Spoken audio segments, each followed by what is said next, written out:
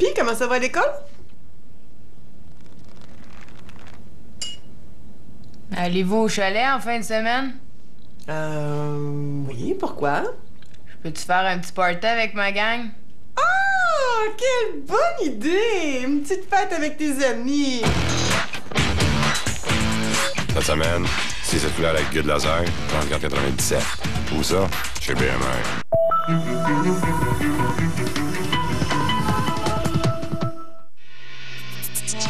La Facture, émission numéro 319.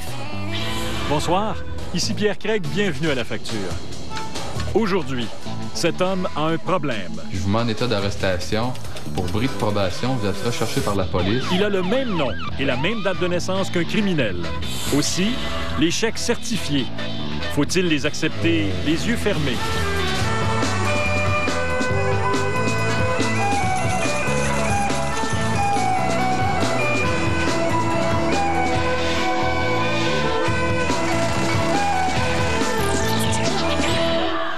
Les sciences juridiques et médico-légales offrent maintenant aux policiers des outils ultramodernes. Par exemple, l'utilisation des tests d'ADN a permis que justice soit faite dans plusieurs affaires qui seraient restées insolubles avant l'arrivée de cet outil légal. Mais si dans certains domaines, la police est à la fine pointe de la technologie, dans d'autres, on dirait que ces méthodes datent carrément de l'âge de pierre. Les deux histoires que vous allez voir sont tout à fait incroyables. La police fait une erreur qui cause des désagréments très sérieux à deux citoyens. La même erreur va se reproduire. La police le sait très bien, mais elle n'a aucune solution à offrir.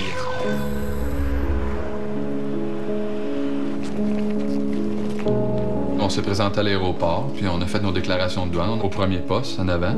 Là, ils nous ont marqué de quoi sur notre feuille de déclaration, puis on a continué. On a été chercher nos bagages. Sébastien Dubé et son amie Nancy rentraient tout juste de la République dominicaine. Il a commencé à fouiller, puis il a pris nos passeports. Je sentais qu'il y avait quelque chose d'étrange, qu'il ait ramené son passeport à elle, puis que moi, il ait encore le mien. Puis ça a pris du temps, là, je dirais un bon 15-20 minutes. C'est alors que les ennuis de Sébastien Dubé ont commencé. Là, il dit « Suivez-moi ». Je vous mets en état d'arrestation. Pour bris de probation, vous êtes recherché par la police. Là, vous avez le droit de garder le silence. Je cherchais des caméras, j'ai dit c'est peut-être une émission de comique là, qui essaie de me prendre, puis c'était pas ça pantoute. Puis le douanier n'entendait pas arriver, fait que là c'est ça, il m'a passé les menottes. Puis là, il me dit on va vous amener en cellule, puis les policiers de Montréal vont vous amener au poste. J'ai passé 2 heures en cellule. Là. Ils m'ont enlevé mes lacets pour pas que je commette de crime, j'imagine. Un certain Sébastien Dubé, avec la même date de naissance que celui qu'ils avaient devant eux, était activement recherché. Je leur ai dit, êtes-vous sûr que c'est la bonne personne? J'ai déjà eu des problèmes comme ça dans le passé. Puis là, il me dit, ah, d'après les recherches que je fais, tu corresponds. Mais correspond à quoi exactement? Selon les bases de données des policiers, Sébastien Dubé correspond à l'individu recherché. L'ennui, c'est que ces bases de données sont rudimentaires et offrent peu d'éléments pour comparer hors de tout doute raisonnable deux personnes portant le même nom et la même date de naissance. Finalement, ils ne l'avaient pas parce qu'ils ont ouvert la cellule puis ils ont dit « Écoutez, M. Dubé, on s'excuse, on ne peut pas prouver que c'est vous et on ne peut pas prouver que c'est pas vous. Fait que pour asseoir, je vous accorde le bénéfice du doute. » Éric Fortin, lui aussi, ne pensait pas qu'il allait passer un aussi mauvais quart d'heure avec les policiers quand il a été intercepté pour un banal contrôle routier tout près de Shawinigan. Je revenais de faire mon parcours d'autobus. Le policier qui m'a arrêté m'a demandé de lui donner mes papiers et il est allé faire les vérifications de routine que lui fait avec tous les conducteurs de véhicules lourds et autobus. Là. J'ai vu arriver quelques autos de police. J'étais comme en état d'arrestation. Il y avait un mandat d'émis contre un Éric Fortin. Donc, Éric Fortin avec la même date de naissance? Même date de naissance, tout, là. C'est identique, même semblable description.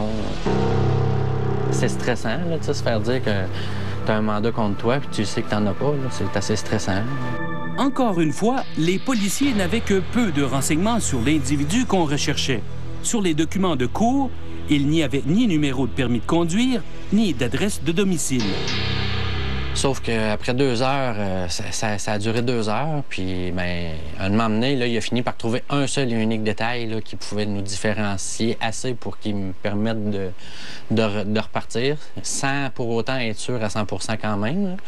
Il s'est rendu compte que l'autre personne avait un tatou et pas moi. Là. Gars, ça me dérange pas, j'appelle la police, puis elle s'en vient. Denis Boucher est un ancien policier devenu avocat et il enseigne aujourd'hui les techniques policières au cégep Huntsic à Montréal. C'est un spécialiste des questions concernant les pouvoirs et les devoirs des policiers. Il reconnaît les lacunes du système d'identification.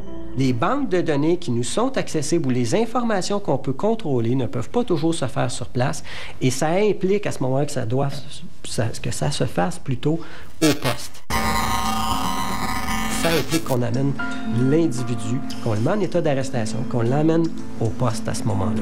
Le problème, c'est que les banques de données en question fournissent des informations très limitées.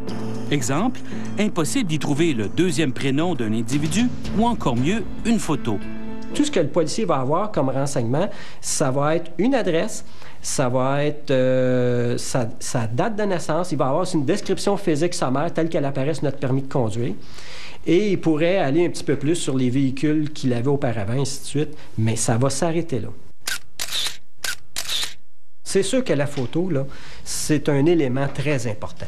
À mon avis, c'est ça vers quoi on doit tendre. Parce que, bon, ça réglera peut-être pas tous les problèmes, mais ça pourrait en régler un bon nombre. Ce cafouillage d'identité cause énormément d'ennuis et de préjudices à ceux qui ont un homonyme recherché. On peut pas voyager. Ça, on peut pas voyager. On avait un projet d'aller en Alberta cet été aux vacances, puis là, on peut plus y aller. Et je suis recherché. Ben, je suis recherché. L'autre est recherché, ouais. Mais... Ça m'empêche d'aller faire des voyages à l'extérieur, donc c'est moins payant pour moi, parce que je peux pas aller dire aller à Montréal ou à Québec ou faire des voyages avec l'autobus plein de personnes. Cette situation crée même des ennuis à sa patronne. C'est sûr que j'ose pas l'envoyer à l'extérieur, à Montréal ou Québec. Pourquoi? Parce que quand il part en voyage, puis s'il se fait arrêter par la police pour vérification ou autre, ça dure des heures, ils veulent plus le laisser partir. Donc moi, je suis pas sécure avec ça. Si je me fais arrêter puis que là, le policier ne réussit pas encore à faire tout de suite la différence entre nous deux, bien là, je serais obligé de laisser toutes les personnes dans l'autobus puis m'en aller avec lui. C'est pas logique. Des démarches pour clarifier une telle situation qui, à prime abord, se devrait d'être simples, se sont avérées extrêmement compliquées. Les policiers de Montréal m'ont dit de consulter un poste de la SQ de ma région pour que je fasse mettre une note à mon dossier. Donc, à Victoriaville, à la Sûreté du Québec. Quelqu'un, quelque part, peut t'aider à un moment donné, pour aller me chercher un papier comme de quoi j'avais aucun antécédent criminel. Ouais. Tout ce qu'ils font, c'est s'envoyer la balle l'un et l'autre. Il va là, va à telle place, va à telle place. Éric Fortin a fait les mêmes démarches que Sébastien Dubé auprès de la SQ. Elles ont été infructueuses. Ce qu'il voudrait, avoir entre les mains une attestation qui expliquerait qu'ils n'ont pas d'antécédents criminels. Au poste de police en région, tout comme au quartier général de la SQ à Montréal, on a refusé de nous accorder une entrevue. Mais contrairement au poste en région où se sont adressés Éric Fortin et Sébastien Dubé, au quartier général, on affirme que tous les postes de police au Québec peuvent fournir rapidement un document appelé « recherche négative d'antécédents criminels ». Je pense qu'il y a urgence d'agir. On devrait faire des démarches pour remettre au moins un document, même s'il n'est pas encore l'enquête complète faite par la GRC avec empreinte, etc., remettre un document à l'effet que l'individu est sans antécédent judiciaire, qui ne correspond pas à la personne recherchée. Sébastien Dubé et Éric Fortin tentent une autre démarche pour clarifier leur situation. Ils décident de se rendre au quartier général de la GRC pour une prise d'empreinte digitale afin de prouver hors de tout doute qu'ils ne sont pas recherchés.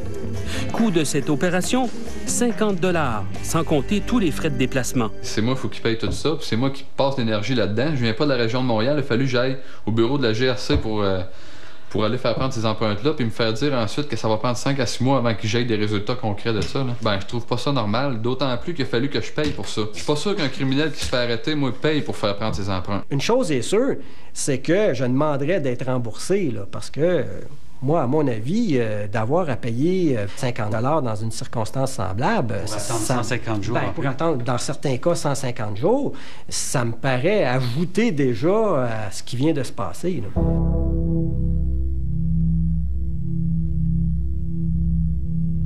La seule et unique chose qu'ils ont réussi à me proposer de supposément peut-être pratique, là, ce serait de changer mon nom.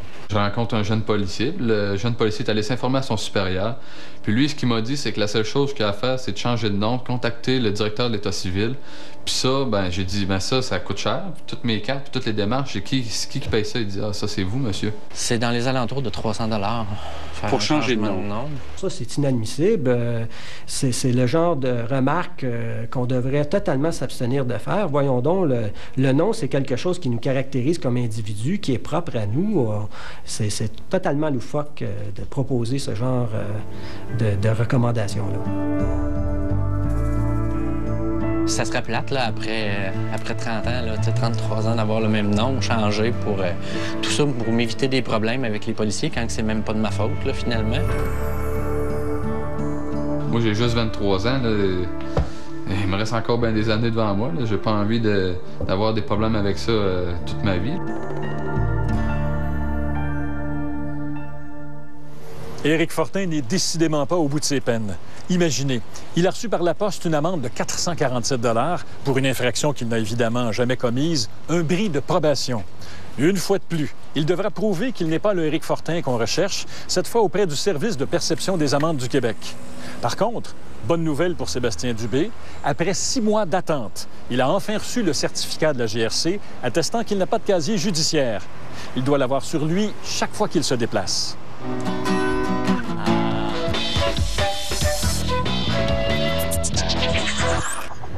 Le jeu du vrai ou faux maintenant. Vous sauvez la vie d'un automobiliste victime d'un grave accident. Durant le sauvetage, vous vous blessez et vous manquez plusieurs journées de travail. Mais votre employeur refuse de vous rembourser pour ces journées. Ce n'est ni un accident de travail, ni un congé de maladie. Alors, vrai ou faux, vous êtes pénalisé parce que vous avez commis un acte de bravoure. La réponse après la pause.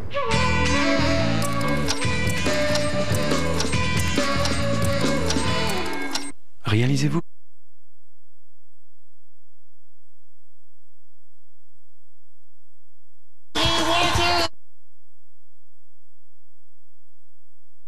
Pour faire mieux avec votre... Des secours à... C'est une caisse qui comprend tout. La facture! Vrai ou faux? Vous êtes pénalisé parce que vous avez commis un acte de bravoure. Faux. La loi visant à favoriser le civisme prévoit que vous avez droit au remboursement de vos dommages si vous portez secours à quelqu'un. On remboursera vos biens jusqu'à concurrence de 1 000 $ et on paiera 90 % de votre salaire perdu à vie si nécessaire. Pour nous joindre dans la région de Montréal, composez le 514-790-2636 et de l'extérieur de Montréal, le 1-800-790-2636. Vous pouvez aussi visiter notre site Internet à radio-canada.ca/la facture. J'ai toujours cru que les deux moyens les plus sûrs pour payer un bien, c'est l'argent comptant ou un chèque certifié. Un chèque certifié, c'est comme de l'argent comptant. Tout le monde vous le dira, même les banquiers d'ailleurs. Vous le savez comme moi, pour certifier un chèque, la banque ou la caisse bloque le montant en question dans le compte de celui ou celle qui signe le chèque. Donc, si vous recevez un chèque certifié, il n'y a aucune inquiétude à avoir. Pas si sûr. Regardez bien. Dans notre tête, à nous autres, on s'est toujours dit qu'un chèque certifié, c'était de l'argent garanti. Il n'y a pas de problème avec ça. Là, mais là, à cette heure, on sait que c'est pas tout à fait vrai. L'automne dernier, Florian Giroux a décidé de vendre sa moto. Il a mis une photo de sa Ninja Kawasaki sur Internet. La moto a vite intéressé un acheteur potentiel. Un homme qui appelle le vendredi soir, prêt à partir de l'Abitibi pour se rendre en Ontario chez les Giroux dès le lendemain. Il était tellement gentil que, mettons, je l'aurais invité à souper avec ça, tu sais, là, mais... Samedi matin, l'acheteur se présente chez les Giroux. Il a déjà un chèque certifié de 9 000 $ en main. Il regarde à peine la moto, ne l'essaie même pas et veut conclure la transaction le plus rapidement possible. J'étais tout le temps avec un petit doute que comme je trouvais qu'il était rapide. J'ai déjà vu des chèques certifiés avant, fait que pour moi, ce chèque-là, il était très bon. Il y avait tout ce qu'il avait besoin dessus, un petit trou punché, un sceau de la banque, les chiffres écrits de façon comme une banque le fait. Fait que là, elle me l'a montré, je l'ai regardé, je l'ai viré de côté. J'ai dit, ouais, ça a l'air correct. D'après moi, tout est beau. Le nom qui apparaît dans le coin du chèque est celui d'une femme. L'acheteur prétend que c'est sa conjointe qui lui offre la moto en cadeau. Une explication plausible aux yeux de Mme Giroux. Puis moi, je me suis dit, bien, c'est possible que mon mari parte avec un chèque que moi, j'ai signé. Je veux dire, comme... c'est pas bien possible. Là, c'est les enregistrements, les papiers sont signés. C'était juste à aller... En confiance, M. Giroux laisse partir sa moto. Dès le lundi matin, Mme Giroux dépose le chèque certifié à sa banque. Elle rembourse ainsi le prêt accordé lors de l'achat de la moto. C'est le 20 septembre, 10 706,36 avec les intérêts puis le capital remboursé. Pendant 8 jours, le relevé bancaire des Giroux indique que le solde du prêt est à 0. Quand est-ce que vous avez eu une version contraire? Bien, c'est par la dame qui m'a appelé à mon travail pour me dire que le chèque que je leur avais apporté pour mon prêt, c'était un chèque frauduleux. Mme Giroux apprend alors que la banque lui réclame à nouveau le prêt consenti pour l'achat de la moto, soit un peu plus de 10 000 $. C'est à ce moment que les Giroux alertent les policiers. Cet enquêteur leur apprend qu'il y a eu d'autres victimes en Ontario. Il a d'ailleurs eu l'occasion de saisir un des faux chèques certifiés en circulation. Disons que le chèque comme tel là, ne laisse en aucun cas croire que ça peut être faux, là. Aucunement. C'est pas parce que ces gens-là ont été négligents ou un peu naïfs? Par rapport au chèque, pas du tout. Le chèque comme tel, comme je vous dis, là, il a l'air tellement légitime. Là, il a l'air comme s'il avait été fait à la banque. Après enquête, la police déclare que la moto a été volée. D'ailleurs, le rapport est très clair à ce sujet. Il indique véhicule volé. Les Giroux contactent donc leur compagnie d'assurance. Mais la compagnie refuse de les indemniser parce qu'elle considère qu'ils ont été victimes d'une fraude et que la fraude n'est pas couverte par les assurances automobiles. Le contrat d'assurance automobile, c'est un contrat qui est fait pour couvrir le bien ou les dommages qui sont causés par le bien. Ça, c'est pas la perte du bien. Monsieur et Mme Giroux, quand ils ont vendu leur moto, oui, ils ont perdu leur véhicule parce qu'il n'a pas été payé, mais ce qu'ils ont réellement payé, ce qu'ils ont vraiment perdu, c'est pas leur véhicule. C'est vraiment la créance, malheureusement, qui était attachée à la vente. Alors nous, on l'inscrit comme volé à notre système, sauf qu'aux yeux de la loi, il est fraudé. Mais avouez que c'est pas évident. Bien, absolument, là. Je veux dire, même moi, j'étais tellement incertain, là, j'étais convaincu, je me disais, hey, c'est un vol, là. Mais quand on va voir, puis je me suis informé auprès d'un avocat de la Couronne, puis l'avocat de la Couronne a hésité même avant de me donner une réponse. Puis quand j'ai eu ma réponse, c'était vraiment, mais c'est une fraude, malheureusement. Là. M. Giroux est totalement décontenancé par ce raisonnement légal. C'est du vol. Écoute, la seule différence qu'il y a, c'est que tu es dans la maison chez vous, tu parles à l'individu, il vient te l'enlever en dessous du nez avec ta bénédiction. Puis là, parce qu'il a fait ça, le monsieur, il n'a pas volé. C'est une fraude. Aucun contrat d'assurance automobile au Canada ne permet d'être assuré contre la fraude. Celui des Giroux n'est pas exceptionnel. Il comporte une clause qui se lit comme suit. Vous n'êtes pas couvert pour une perte ou un dommage résultant d'un changement de propriété convenu, même si ce changement a été obtenu par la supercherie ou la fraude. Comme s'il avait voulu vraiment me voler, il aurait pu me voler puis faire comme c'est supposé d'être fait. Prendre la moto, s'en aller, la mettre dans le trailer, s'en aller avec, j'ai rien vu. Puis là, moi, aujourd'hui, je serais pas pogné dans lequel je suis pogné là. Je sais pas s'ils savent qu'est-ce qui se passe avec ça, ces messieurs-là, là, quand ils font des cochonneries de même, là, mais j'aimerais bien ça qu'ils réfléchissent 2 minutes puis qu'ils volent comme tout le monde se peut les voler. Comme ça, bien, nos assurances, on va pouvoir s'en servir, nous aussi. Les Giroux auraient pu se reprendre avec leur police habitation. Certains contrats d'assurance couvrent partiellement la fraude lorsqu'on vend un bien personnel. Mais celle des Giroux ne comportait pas cette clause. En désespoir de cause, le couple s'est finalement retourné vers la banque. Il lui demande d'annuler leur dette. Je suis persuadé que si la dame m'aurait viré au comptoir avec le chèque, il n'y a pas personne qui se casserait la tête à savoir si c'est moi qui le paierais ou s'il n'y en a rien d'autre. Qu'est-ce que vous voulez dire? Bien, comme là, tu vois, nous, on est allé là-bas, ils l'ont endossé, etc. Ils nous ont donné une preuve. Bon, bien, à partir de ce moment-là, pour moi, c'est à eux qui incombe la responsabilité de se faire dédommager pour ce chèque-là. Il n'y a pas de responsabilité légale d'une banque à partir du moment où elle a accepté un chèque comme ça. La responsabilité revient, et c'est très regrettable dans ce cas-là, mais elle revient vraiment au consommateur. C'est un peu la même chose que si vous aviez eu un chèque sans fond ou encore de l'argent qui soit faux. C'est un peu le même genre de processus. Effectivement, la seule responsabilité légale de la banque est de faire expertiser le chèque. Elle n'a pas de limite de temps pour signifier au consommateur si son chèque est valide ou non. Et rien n'indique dans ce cas-ci que la banque n'a pas respecté ses obligations. Selon la loi, la banque n'a aucune responsabilité dans une situation comme celle-là. C'est comme d'habitude pour n'importe quoi. Tout le monde se protège, sauf nous autres. C'est pas compliqué, ça.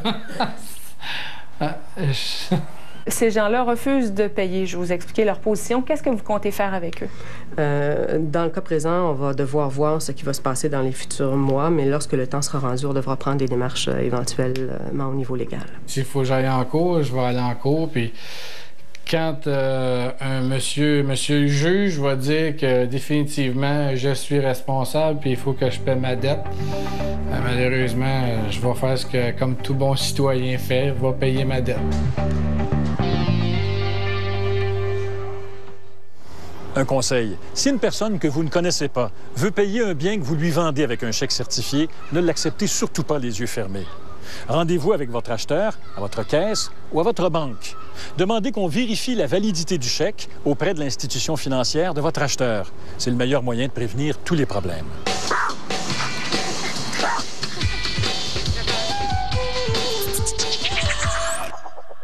Donnez-moi la bonne chanson, je la chanterai. Le bon glucomètre, je l'utiliserai. Aviva, c'est mon glucomètre. Aucune lancette à manipuler. Résultat en 5 secondes. C'est facile. Aviva est-il idéal pour vous? Essayez-le. Il n'y a pas deux êtres pareils. Est-ce dans le regard?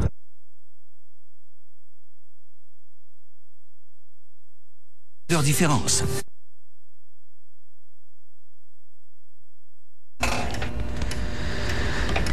Tout le monde en parle dimanche 20h à Radio-Canada.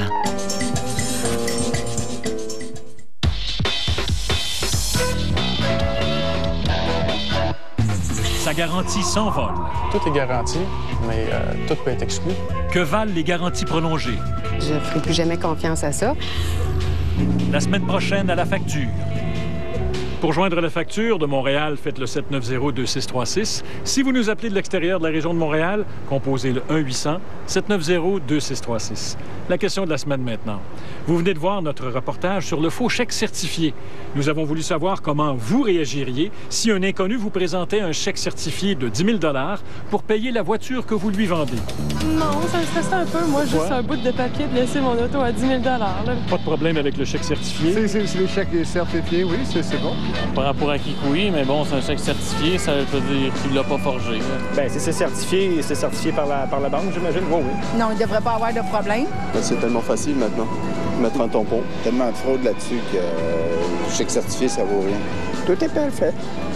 Encore une fois, soyez vigilants et faites vérifier tout chèque certifié par votre institution financière. Si vous êtes commerçant maintenant, vous êtes mieux protégé que le citoyen ordinaire.